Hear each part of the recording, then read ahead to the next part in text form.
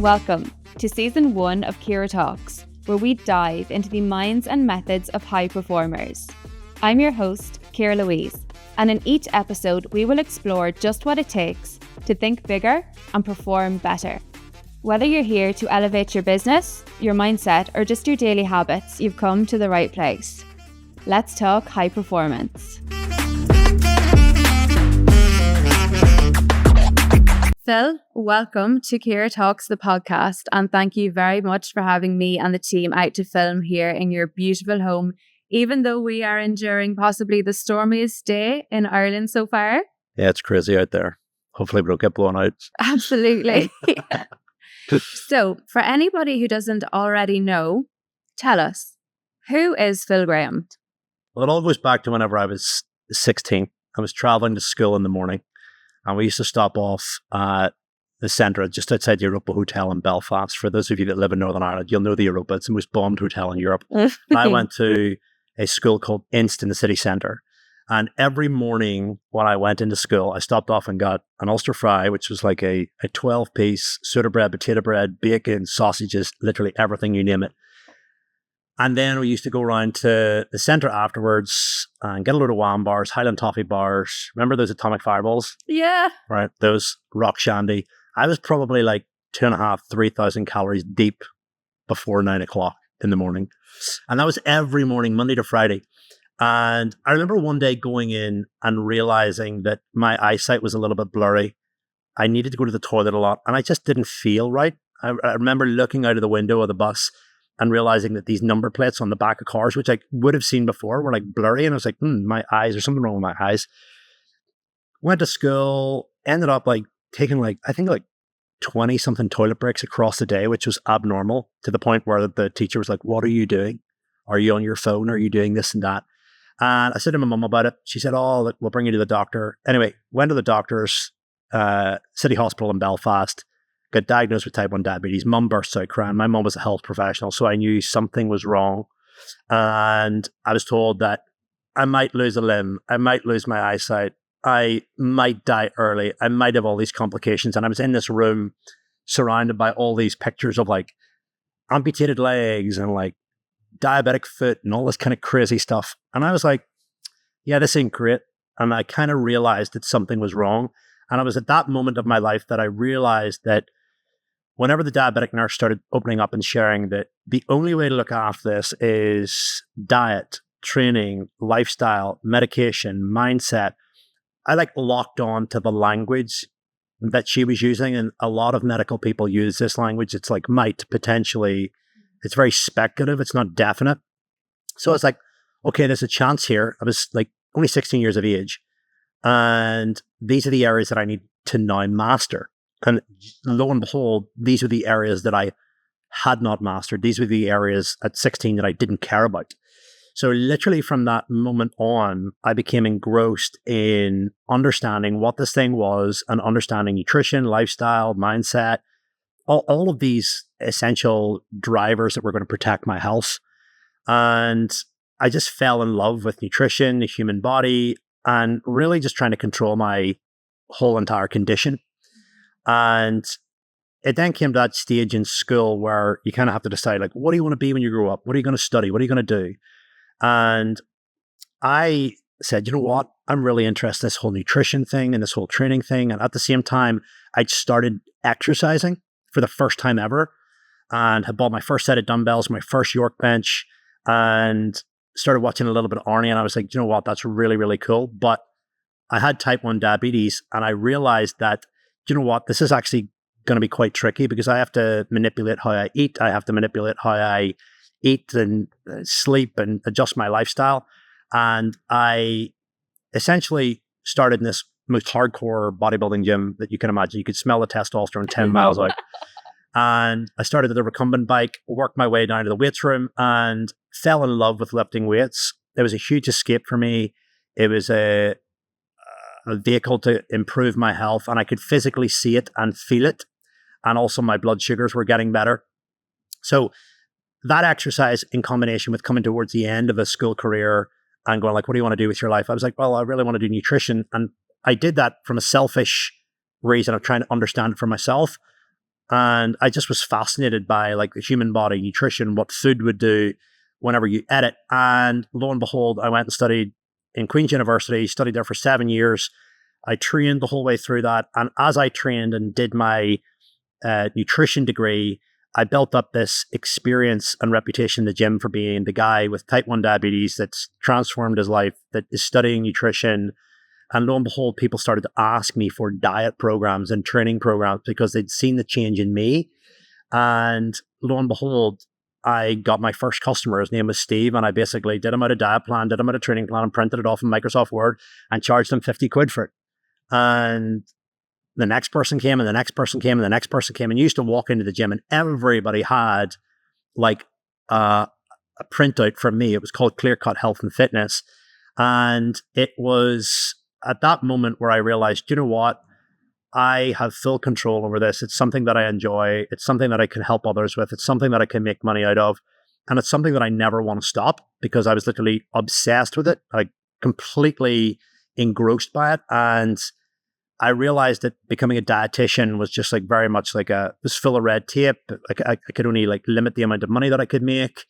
And I made more in 1 week than I would have in a year in like a band 6 dietetics career.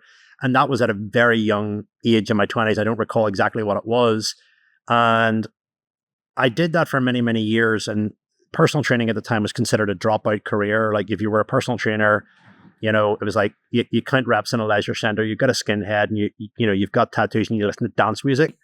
And essentially, I said to myself, do you know what? I see a lot of potential here. I can make a lot of money at this. I can build a great career with this. And I'm comparing that to careers that we're expected to go into after school and after university. And I just went all in on it. And at the same time, I was competing. I was in the magazines. I was basically living the full bodybuilding lifestyle whilst also training people, writing diet programs, training programs, advising. And then lo and behold, I realized that, you know what, there's nothing out there for type 1 diabetics. There's no like information on the internet. Like this was back when you had message forums and stuff, and there was no real AI or anything that you could type anything into. So I basically decided to write the world's first encyclopedia on diabetes and muscle building called the Diabetic Muscle and Fitness Guide, which was a huge, big task and a huge write. And I wrote that and built a community called Diabetic Muscle and Fitness for basically people around the world with type 1 diabetes that wanted to build muscle and get in shape. And that was my kind of first major like project outside my personal training. And that book still sells to this day. It's sold like literally hundreds of thousands of copies. And it really was a pivotal piece of work that was missing. And lo and behold, as time went on, I had other coaches in the health and fitness space that saw the growth that I had. And then they asked me, hey, can you like advise me or coach me on how you've built your business? And lo and behold, you know, in career and business, we're always looking to progress and elevate our impact. And for me, that was a very easy, natural play. I was always great at coaching. I always loved talking about business, and I could genuinely help these people that were coming along because most of them didn't know how to market. They didn't know how to sell. They knew how to train, but they didn't know how to package it all as a proper business. And lo and behold, I started working with people one-on-one, started into small groups, and fast forward to today, that is a company called Fitness Entrepreneur, which is essentially the world's largest personal growth and business development organization for people in that space.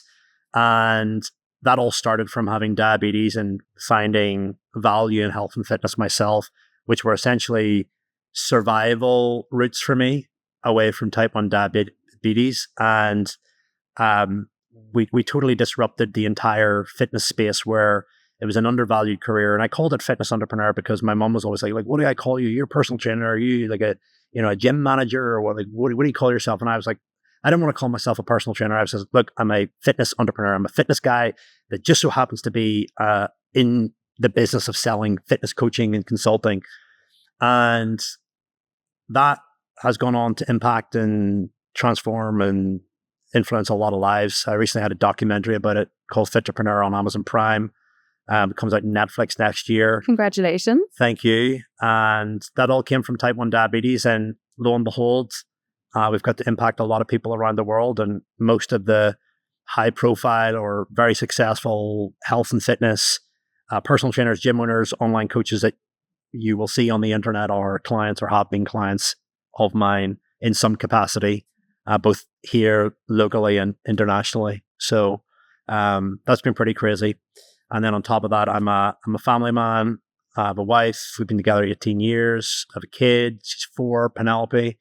And yeah, that's pretty much it. I love cooking. I love shooting. And yeah, that's me. That is an incredible journey. Thank you so much for sharing that My with pleasure. us. So from working with other coaches, is there a trend that you've noticed, like a system that seems to work overall for everybody to get from, say, the boy with diabetes to the personal trainer at £20 an hour to now the man who sits in front of me who has turned over 2 million after tax? Yeah. Look, there's a couple of life principles that I live by. And the first one is defiance is the word that will really determine where you go in life. Mm-hmm. I was very unhappy with my circumstances and I did what most people don't do, and I decided to do something about it. So the first thing was I got hit with a big event where I realized, okay, I can either become a victim or I can take control of this and focus on what I can do. And the next step is building skills. That was the number one thing that allowed me to navigate and overcome this. I built the skills that allowed me to overcome the challenge of diabetes. And it was from building those skills that I got out through the other side and was able to maximize the quality of my life, because this thing was actually sent to kill me. It was sent to ruin my health, shorten my life expectancy, lower my energies, give me health complications galore. And if uncontrolled, it will do exactly that. So I looked at what could I control? How do I build the skill sets? How do I master this? And I essentially mastered them, used them, and changed my life. And then essentially took all of that and wanted to change it for other people. So I put myself first into a scenario where I went after it, achieved the result, got to experience the benefits of the result, and then I wanted to do the same for other people. And in doing that, that is what allowed me to create a business. That is what allowed me to create a purpose. My purpose became surviving type 1 diabetes. And then my purpose from that became helping other people survive and overcome it. And at the same time, there was a commercial aspect to that of business where I was savvy enough to understand that if I'm going to help other people, I need to be fairly exchanged and paid to be able to do that so that I can continue researching, studying, and delivering at scale to be able to do that, rather than me learning all this information, giving it away for free. Nobody pays attention to it, and I can only do it to a certain level. So there was a combination of deep purpose, business acumen, understanding fair exchange, and building the skills around not only the overcoming of diabetes, but also the aspect of business. How do I market it? How do I sell it? How do I deliver it? How do I build a team around me? How do I lead that? And then how do I lead people? Because this was a very new thing. I was a, overweight 16-year-old from fucking Lisburn in Northern Ireland, right? And like, who the hell's going to trust this guy, right? So I had to first master the thing myself. And then I had to provide proof to the world that I was somebody worth modeling in that particular thing. And the same thing happened again in the fitness business side of things. I had built a phenomenally good business. I became very authoritative of what I'd essentially done because I built the skills, I'd built the repertoire of accolades and experience because I did the work. And then other people wanted to be part of that. So it all started with defiance. Number two is that the quality of your life is in direct correlation to the quality of decisions that you make. And most people aren't good at making decisions because they live in their head and they worry about failure. If you want to be successful, you've got to be willing to move in the direction of what you feel is best at a given moment in time. And if you don't make that decision, then you're going to pay for it with anxiety. You're going to pay for it with low self-worth. There is a cost to entry to the life that you want, right? And in order to get that life, you have to be willing to put a down payment on it. And the more you avoid that, the more anxiety, frustration, depression, low self-worth builds up. It builds up like a debt. It builds up like a bad debt until the universe, as you will, or life, will come and hit you in the face and go, right, you are now being forced to change your ways. So being very good at making decisions, very fast, very quick, and even if it's the wrong decision, I believe in failure, I believe in winning, but winning is amazing, but it doesn't really teach you anything. Failure is the very thing that actually gives you the feedback to change direction in order to win. And you need to fail multiple times in order to actually win. You need to feel out the terrain. You need to know what rejection feels like. And, the master is able to live in the middle of that, to know that if I'm going after a goal, that I know who I am, I know my self-worth, and whether I win or whether I fail, it doesn't matter, because I'm only going to get feedback to move to the next thing. So the number one cause of human suffering is that most people attach to, oh, I want to win. And if I win, they attach all upside to it. And they don't look at any downside to it. And if they fail, they don't see the upside to it and the change in direction that they get, the experience that they get, the lessons that they get, the wisdom that they can get and carry forward. So the master is able to live both between the winning and the losing, because they know that they're both sides of the same coin, right? And, I'm massive into like approaching life with that kind of approach of, I call it non-dualistic thinking, where, I don't attach to the highs, I don't attach to the lows. I know my worth, I know who I am. The most important thing for me is, did I do my best? Did I give my all-out effort? And there are times where that is a yes, and there are times where that is a no. And I'm, all progress begins when you start telling the truth. And there's times whenever I do stuff in business, times whenever I do stuff in my personal life, where I deeply reflect and go, I did not give my best efforts there. And that's a feedback and lesson. I very much approached life with that introspective look because of the diabetes, because I had to look at my life straight on and go, what am I going to do about this?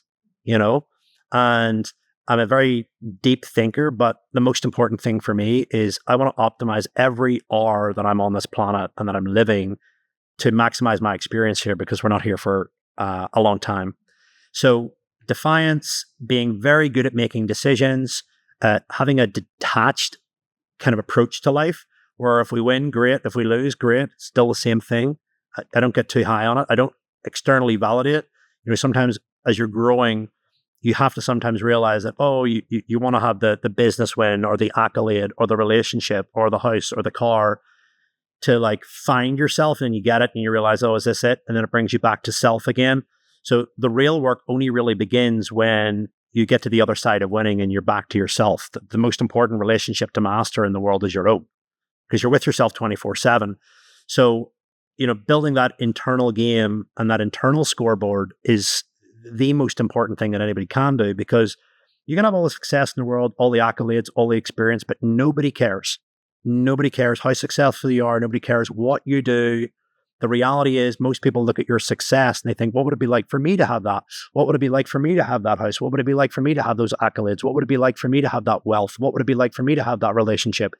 So most people are playing a game that's totally driven by external achievement, when in the reality is, nobody really cares. And I always use the example of like the Ferrari, right? When you get into a car, the Ferrari driver thinks that everybody's looking at him, right? And the reality is, whenever he's in the car, everybody's looking at the car and thinking, what it would be like for me to drive that car, yet he thinks the world's looking at him. So when you can realize that you're in your own bubble, you're in your own world, and you have to make that the most magical, loving, enjoyable, exciting, but also challenging place, that's when you will grow the most. On top of that, you've got to challenge yourself. Like, I have a rule, and I stick by it every single day, is I make irreversible decisions. I do something every single day that puts me outside of the realms of comfort that I could easily reside in. And why do I do that? Because it's safer to grow than it is to sit still. And what I mean by that is the journey of who I become in moving outside that comfort zone, the relationships, the connections, the skills, the awareness, just the whole picture that I get from moving through life with that kind of what next, what now, how can we grow? But from a place of deep curiosity, a place of, this is making me stronger and more evolved. I might make a mistake, but you know what? I know who I am anyway. But these lessons are going to carry forward into building the most amazing and colorful and amazing life. And I also love risk. Mm-hmm. So that's a big thing. no risk, no reward. I took a lot of risks. And, risks is committing to something, backing yourself fully and going all in on it and making it work, or recovering from that and going again. You have to develop a very healthy relationship with risk and a very healthy relationship with fear in order to go and do great things in life. And most people don't, because they live in their head. They have a thought that comes up. They paint the worst case scenario of what could go wrong. And then they feel that that's them, when the reality is it's just a pure collection of what their parents told them, what their best friend told them, what their ex told them, what their blah, blah, blah, blah, blah, childhood trauma told them, when the reality is it's not even real, right? So there's a bunch of lessons that I could share in that, but it's all derived around looking at where you're at.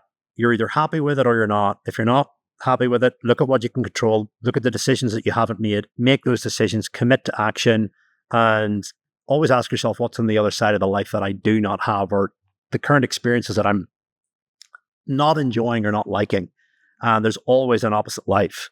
So I always talk about the two realities of life. The first reality is the ideas and insights. So listening to this podcast and maybe getting an idea feels great. It's amazing. It opens you up, but it's not going to do anything. The second reality is taking action on that. And that's where you really show your true character, is when you actually implement that stuff. And you're never going to feel ready. So there's so much I could share and all this stuff, but those are essentially some of the major codes and lines of operation that I run by. Yeah, I really hope somebody at home is taking inspiration for that, because you dropped some huge golden nuggets of life advice there. I hope so too. But tell me, what's next for you then? What's next for me? I'm at a stage in my life where I'm very content. I'm very happy with what I have, but I just love the game. I love playing the game. I love learning. I love growing. I love testing new things. We've built Fitness Entrepreneur into the beast that it is now, and my work in that industry is done. I have transformed a lot of lives. We work with over 12,000 clients in that time frame, and I've been asked for years and years and years to take that work and bring it outside of the fitness space and help business owners. I mean, all businesses are built from the same DNA. I call them the 5 growth drivers.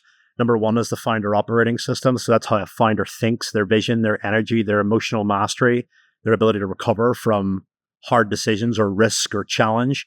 The next one is customer success, retention, and loyalty. Everything is built on the quality of results that your product gets. Mm-hmm. If you want to get great at business, build a great product. Number 3 is the leverage that you have around you. So that's your team, your systems, and your model. Number 4 is your monetization. That's your pricing, your sales ability. And number 5 is your marketing. So that's your ability to get attention, your ability to position yourself against competitors and get in front of the right eyeballs. All 5 of those factors contribute towards business success. And business success is measured in 3 currencies. Number 1 is profitability. So that's what you take home at the end. Number 2 is industry authority, your reputation, your brand per se. And number 3 is freedom. And freedom for me is options and choices. So it's not just like having the time to dick around and do whatever you want, but it's actual like choices. I can choose to take the day off, or I can choose to work hard. I can choose who I want to work with, who I don't want to work with. Freedom can be measured in many different ways, but that's the ultimate real reason why we start a business is freedom, and it's control of time. Mm-hmm, so money, focus. Authority, reputation, skill sets, all these kind of things, they're all leading to one path. And that is, can I control my time and do what I want with my time? And I call it living life in your terms. Mm-hmm. And that's what I'm doing. And it all started with deciding to do something about the circumstances that I found myself in. And very few people have done that in terms of looked it in the eye and went, game on. Yeah. So that's maybe a certain personality type, would you say? Have you come across any potential clients that were uncoachable, that were a personality type where you've gone, the saying, you can lead a horse to water, but you cannot make it drink? Have you experienced that with anyone that you've worked with? Yeah, I mean, I don't think it's a personality type. I think it's a combination of they aren't clear on what they want, mm-hmm. why they want it, and their environment doesn't support it. Okay. So, for example, if I'm not clear on why I'm doing something, I won't do it. If I'm not clear on why I'm doing something, I'll go, what's the point in putting myself at risk of investing time, energy, effort, and resources into this thing when I don't know the outcome? Then if I'm surrounded by another half that doesn't push me, challenge me, if I'm surrounded by parents that tell me money doesn't grow on trees or don't get too big, or I'm in a community where I'm going to be ousted for my success, or I look at somebody else and see that they're successful and everybody else talks about them, makes fun of them, X, Y, and Z, then I'm going to retreat back. Yeah. So, there are certainly plenty of examples of people that want something, but their actions do nothing to align them with that goal. Mm-hmm. It's very easy to want, all right? It's very easy to sit and go on Instagram and want a better other half, or want a better life, or want a better holiday, or want a fancy watch or a car or whatever it is. It's great to sit and want all that, but like, what do you do? Do your actions, does your calendar reflect that? You can tell a lot about somebody by what's in their calendar, So, is your calendar lined up with activities that move the needle, make money, drive impact, create leverage for your life? Leverage is allowing you to get more work done from less input. You do that through systems, technology, AI, team. How is your calendar set up? And, have you looked at your calendar and actually gone, all right, based on the goals that I want for my life, is my current daily routine and my current opportunity vehicle that I'm in going to give me the life that I want? And if the answer is no, then you have to re-coordinate that. And if you don't know what to do, ask for help. People struggle to ask for help as well, which is a huge thing. So yeah, especially over here, you notice in Ireland, people are a bit more sheepish. Yeah, I mean, they're afraid of asking for help. One, because they're going to get pulled out of a comfort zone, so they're going to disrupt their current life. And a comfort zone exists in two ways. You've got a comfort zone where you're stuck. Your life's a fucking mess. You hate it, but it's familiar. Mm-hmm. And if it's familiar, guess what? The idea of going and trying something new and feeling at something new overpowers the current shittiness of your current circumstances, right? And that's why people don't do anything. On the other hand, you've got this real edge, which very few people ever hit, but it's the curse of success. And I would actually call it harder than the initial. So whenever you have success and you start ticking off Maslow's hierarchy of needs, so like environment's dialed in, money's dialed in, security's dialed in, relationships dialed in, then you get to a point where you build what society expects of you. And then you're in this place where you're deeply unfulfilled. You've got the house, the car, money in the bank, you've got a career, and you're like, this ain't me. That's where you really get tested, right? Because you have to risk it all to go and try something else. And I talk about the difference of making great money and good money. At the start is easy. Like when you're at the very start, you're a nobody knows you, your fucking ex dumped you, you've got childhood this, childhood that. Yeah, get over it, right? Because the reality is you've got fuck all to lose, right? Whenever you build yourself into someone and you build a business, you build a reputation and you get results and you build a team and you build some kind of substance and you get to a level where you're like, I'm done. I've got what I need. You really get tested whenever you have to step outside of that. And that's where you make great money because you have to go again, but you build on the relationships, the connections, and the resources that you have to then go bigger, all right? And to have a deeper impact. Because at the start, your impact's relatively limited. You lack skills, you lack beliefs, you lack strategy, you lack resources, you lack connections. But when you're on the other side of that and you've got all that, to go again really requires a really deep, powerful, meaningful mission to step into. And that side of success is, in my opinion, more devastating and dangerous and harder than the very start. Yeah. So is that something you've experienced then, both personally and in business? Yeah. You mentioned the Maslow's hierarchy of needs. Yeah. So you got to the top and realized this thing that I've built is for all the external onlookers. Yeah. And what about the self bit? Well, I got to the point where at a very young age, my business was spitting off millions in net profit. I had freedom. I had control of my time. I could wake up on Mondays and go, what do I want to do today? Mm-hmm. I could go and jump in a jet and go for a trip to the Cotswolds and drink champagne on a Wednesday or Thursday. I could go and speak on stage the next week and have people going, hey, can you work with me? I had no shortage of leads. But there comes a point where you complete the mission and I'll give you a perfect example. For anybody that's played video games, what's the worst part of the game? It's the end. When it says game over and you're driving around and you've used all the fucking weapons and you've used all the cheat codes and you're there and you're like, okay, like I can't just drive around with pure invincibility here. Aimlessly. Whatever. I need a new game to play. And, you know, every human being is a ticking time bomb. Like everything in their life is a ticking time bomb. Their relationships, because we're all going to die, or we're all going to leave, or we're all going to move on at some point. Your business is a ticking time bomb, whether you like it or not. There's a certain need for it at a moment in time in the marketplace. Your marketing is a ticking time bomb. Your health is a ticking time bomb. So, you know, I set out to achieve a very specific set of outcomes with my career, with my business, and I ticked those things off. In fact, I overshot them massively to the point where I was like, I've completed the game now. What do I do now? And there's a lag period in between that. And if there's any really high performing entrepreneurs that are listening to this, they'll know exactly what this is. But a man like me likes to make decisions, like certainty, likes to know where he goes. But when you get to the end of a mission and you're so used to like, right, we've got a formula for this, we've got a decision for this, we know exactly where we're going, and you get to a point where you don't know where you're going, that is where you really have to start exploring your life on a deeper level and actually start realizing, okay, I've got to start trying new stuff and see what comes my way in order to find this next mission.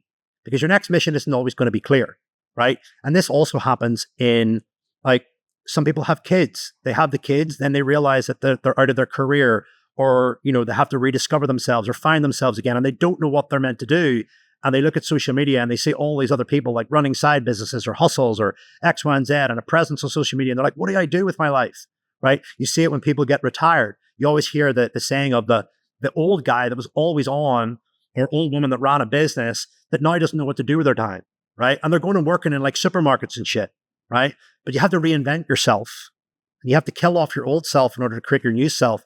And life is about shedding those skins and being comfortable doing that, because who you are today is going to be totally different tomorrow. The person that you are today dies tomorrow. That was a really powerful statement there. You have to kill off the old version of yourself to reinvent. You have to be comfortable with that language too, because that's what you've got to do. You can't hold the remnants of the past. I suppose you can't sugarcoat things either. There is a death of ego, a death of self that needs to be transmuted into this new, higher performing version of yourself that is going to achieve these things. Is that how bad you want them? Because this is the process of what you need to go through to get to be him or her that's on the waiting line. And when we say high performing does not necessarily mean make more money, get more fame, collect more stuff, right? For me, success used to be millions in the bank, reputation, all the trimmings of material success. Success for me now is peace of mind, right? That's what it is. So it's like, I get to control my time. I have peace of mind. I'm comfortable in my own skin. I don't need to do anything to validate myself. That's freedom.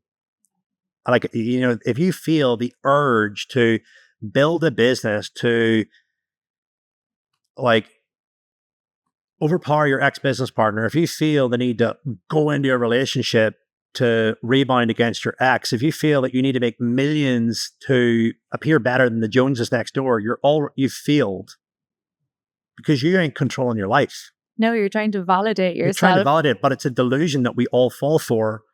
But it is also a very important part, because you have to go through that to realize that it was never the goal. So it's a compulsory part of entry for society to actually go through, get the thing that you want, to realize it's not the thing that you want, to then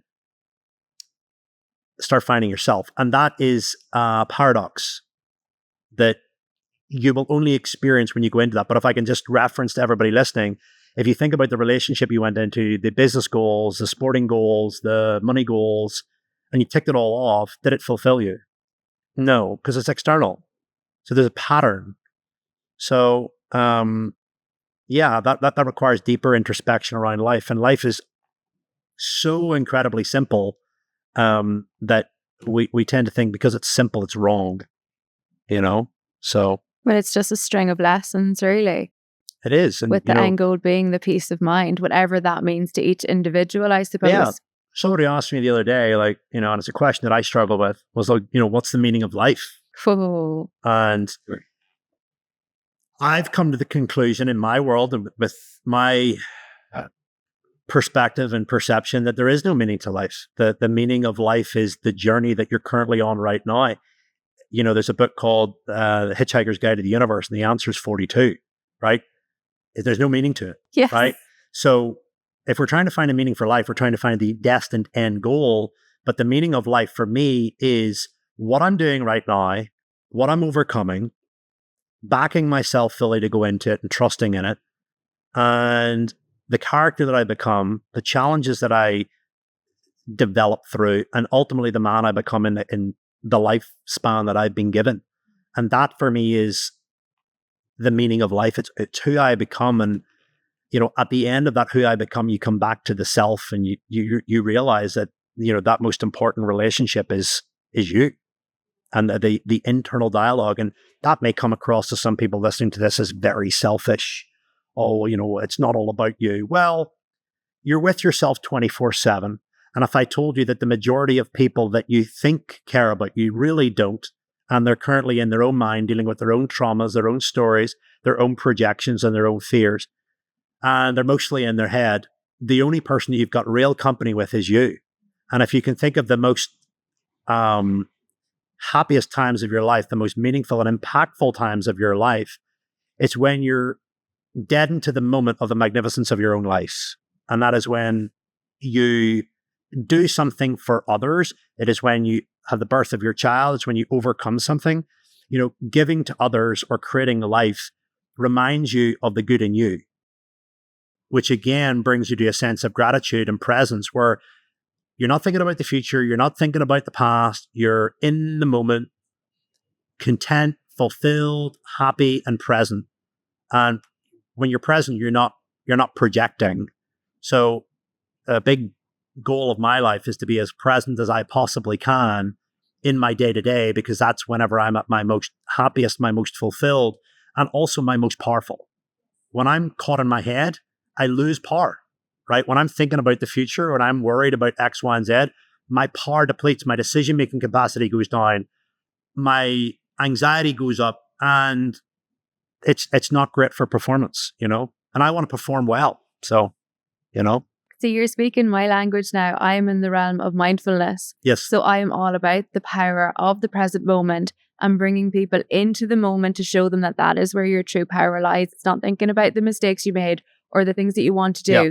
It is being fully present as who you are. And acceptance is a huge, huge word when it comes to mindfulness and presence. Yeah. Is that acceptance, that non-judgment, that this is where I am. This is the reality of what's happening. I'm not going to judge it. It is what it is, and I'm okay with that. If I want to change it, I'm going to make that change in this next moment that comes. Yep. Absolutely. Yeah. I'm a big believer in that too. I mean, you got to look at things head on. What can I do about this? What do I want to do about this? And most importantly, lead with action. Mm-hmm. So that's huge. And before we wrap this up, I have got one more question for you. For anybody out there watching who knows that they have entrepreneurial traits and a business inside of them, but they're lost when it comes to a sense of direction as to what their purpose or their calling or which way to turn might be, what advice would you give out to the viewers as where to start? Well, the first thing that you need is role models, because you need to have people in your life, whether they're on the internet, whether they're local, that you look up to, and there's aspects of their life that you would like to model. Mm-hmm. And you may not want to model their entire life, but you need role models because they provide you with a sense of what's available to you. So if you see, a high-performing businesswoman or a high-performing businessman, what is it about that person that you like? The certainty, the clarity, the direction, the lifestyle, like who is currently embodying the life that you would love to have? Then you need to start shaping and playing with it in terms of, okay, what do I like about that? What would I want? What kind of way would I like to live? A great exercise that I did whenever I was younger, and I do it every single year, and the answers don't really change. But it's like, I know I'm successful when, and then I write out uh, whatever it is. So, I know I'm successful when I am able to wake up on a Monday and say, what do I want to do today? I know I'm successful when I've got X amount of money in the bank, liquid. I know I'm successful when I walk into a shop and I don't need to double check price or worry about money or X, Y, and Z. I know I'm successful when I don't worry about the opinion of others, right?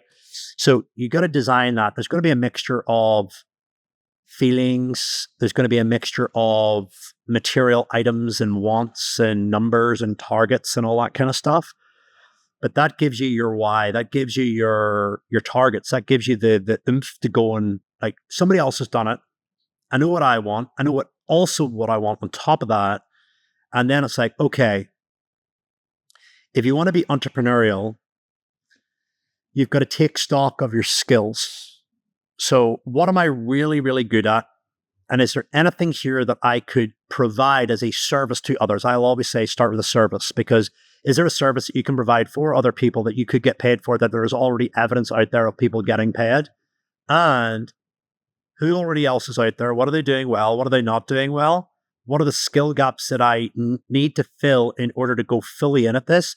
That might be I need to understand marketing. I need to understand sales. I need to understand finance. I need to understand whatever. And you make a scheduled commitment to build those skills along with set targets. And then on top of that, you find somebody and ask for help that has ideally done it or is in a position to advise you. And the person that will advise you will do a combination of two things. Number one, they will support you. And number two, they will challenge the hell out of you, right? You don't want to find somebody that just supports you, right? Because just supports you is like mommy, daddy, or brother, or best friend. Yeah, go for it. Go for it. Yeah, go for it. It's going to be awesome. Go for it, right? Like, you need somebody to challenge you and go, why do you want to do this? How do you know that the market are actually going to buy from you? What is so special about you? So you need that to stress test your thinking. Challenge is very, very important for sharpening the blade on anything that you go after in life. So you need challenge. Challenge strengthens you. Support will weaken you. Support is important, but if it's overshot, which is usually what most people want, they want an abundance of support and they want everybody to like them and love them and back them. And that's just like a recipe for failure, because it's like a blind leading the blind. Right? Business is hard. Business is a full contact sport. You're going to get hurt. You're going to get upset. You're going to experience loss. You're going to lose your health. You're going to lose your relationships all at some point. And, I'm a big believer in, like, abnormal behavior, abnormal results. So, if you really want to, and again, this all depends on the level of, I suppose, the level of uniqueness, remarkability that you want your life to have. The more remarkable and more significant you want from your life, the more you're going to have to do the opposite of what everyone else does. I think that's a very good code, is like, look at what everyone else is doing and don't do it. Because 99.9% of people are living a life that you would never want. In fact, 100%. And so I've always been good at, like, what is everybody else doing and how do I do the opposite? And you are going to be met with extreme criticism. You're going to be met with doubt, hesitation. I mean, the whole way through my journey, constant doubters, constant naysayers, both on a close level, on a distance level. And anytime you go to do something big, you'll face resistance, first from yourself, second from the people outside of you. And that's the downside of the upside. I suppose those are all signifiers then that you are doing something correct. Yeah, and it's again, sometimes the noise can get overwhelming, but that's why environment, internal, building that internal governance system is so important. And that requires looking at the skeletons in your closet and why you make decisions and why you get offended and why you get triggered.